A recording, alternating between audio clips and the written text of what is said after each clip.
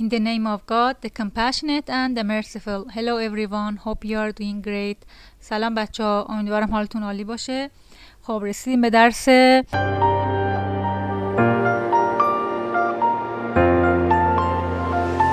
Welcome to my channel. دهم. Okay? Are you ready? Let's get started. Lesson 10 Parts of the body. قسمت های بدن یا اعضای بدن. خب Number 1 head. خب head همونطوری که میبینید یعنی سر.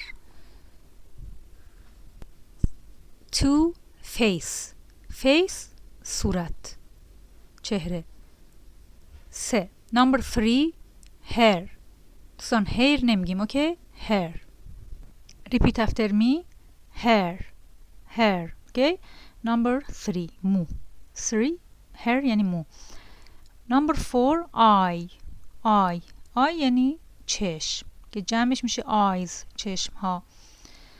خب Number 5 دوستان Number 5 تلفظش هست ear، به معنی گوش. ear. گوش کنیم. ear که بریتیشه ear که ر رو نمیگن معمولا. ear okay? ear okay. Number 6 nose. So nose بینی. Number 7 mouth دهان. Number 8 tooth یعنی دندان هستش که پلورال PL خلاصه پلورال هست یعنی جمعش میشه teeth. okay. Number 9 chin به معنی چانه. چانه. Number 10 neck به معنی گردن. neck. okay. این سی دوستان تلفظ نمیشه. Number 11 shoulder. repeat after me. shoulder به معنی دوش. دوستان اینم تلفظ دقیقش با هم گوش کنیم. shoulder. ببینید صدای او. shoulder. okay. shoulder. بعد این قسمت چی است دوستان؟ خب inside the body درون بدن. heart یعنی قلب. okay. brain. repeat after me. brain به معنی مغز. bone به معنی استخوان. blood به معنی خون. خب بریم شماره 12 body. به کل این بدن انسان میگن بادی دوستان، از بالا تا پایین، از سر تا پا بهش میگن چی؟ بادی. اوکی؟ repeat after me. بادی. Number 13 میشه skin یعنی پوست بدن رو میگن skin. Number 14 chest به معنی سینه.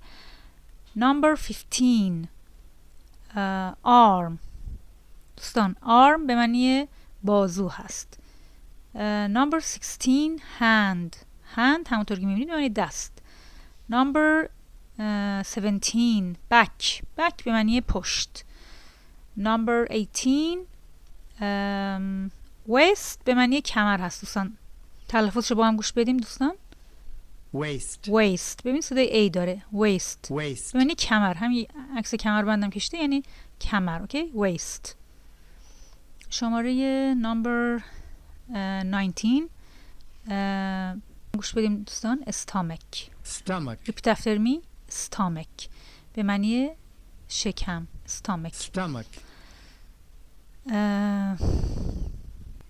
An organ okay, in the body where food is digested. یه اندامی در بدن هستش که غذا توش بالاخره چی میگن؟ گوارش میشه، هضم میشه. اوکی؟ digested.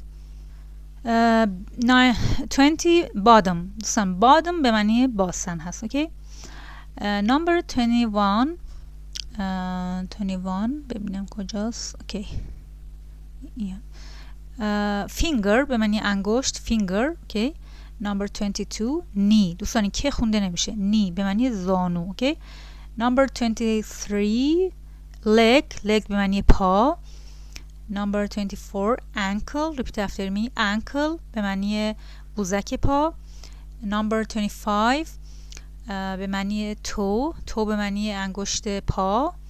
دوستان تلفظش با هم ببینیم. تو صدای او میده، صدای او. اوکی. تو. any of the 5 separate parts at the end of the foot. خب دوستان آخری هم 26 هم foot هست که پلورالش یا جمعش میشه فیت. فوت میشه پا، بعد فیت هم میشه پاها. درسته؟ پس فوت جمعش میشه فیت یعنی پاها.